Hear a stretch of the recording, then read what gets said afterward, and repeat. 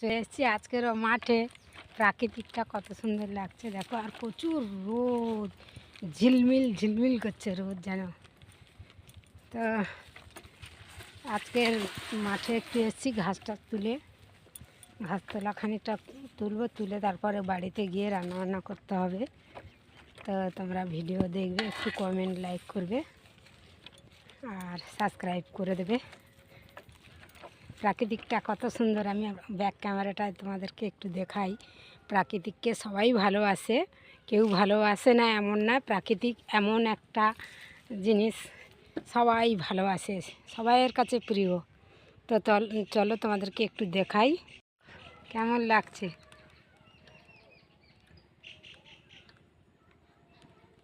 সবুজে সবুজে ঘেরা, নীল আকাশে মেঘের পাহাড় দিয়ে মোড়া।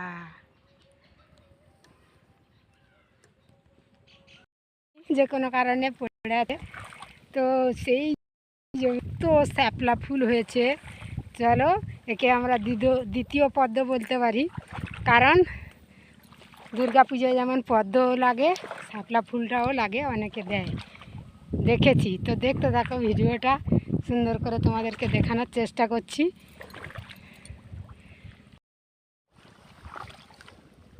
কিভাবে হয়ে আছে দেখো, তোমাদেরকে দেখাই পুরো মাঠটা।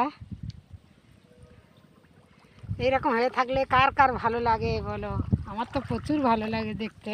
এসেই আমি সঙ্গে সঙ্গে ভিডিওটা বানাতে শুরু করে দিয়েছি, কারণ ফুলটা এখন ফুটে আছে, একটু পরে দেখবে ফুল ফোটা একবার কুঁড়ি হয়ে যাবে, কুঁড়ির মতো হয়ে যাবে। এই দেখো,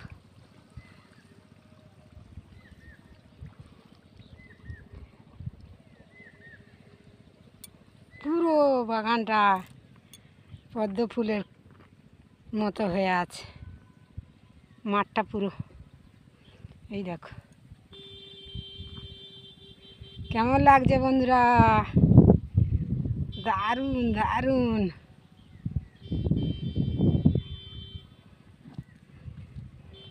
আর বন্ধুরা, প্রতিদিনের মতো আজকে চলে এলাম ছোট্ট একটা মিনি ব্লগ নিয়ে।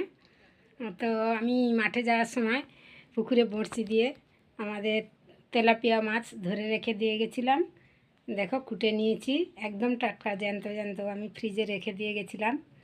মাছ কটা কেটে নিয়েছি সুন্দর করে, ঝাল বানাবো। মাঠ থেকে আসার সময় তাড়াতাড়ি করে গোটা কথা সজনে শাক আর কুলপো শাক তুলে নিয়ে এসেছি।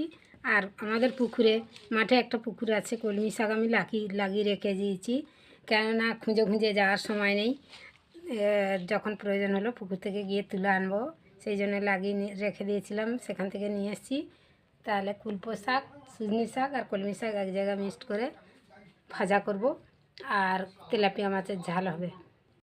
চলো তোমাদেরকে দেখাই তেলাপিয়া মাছের ঝাল।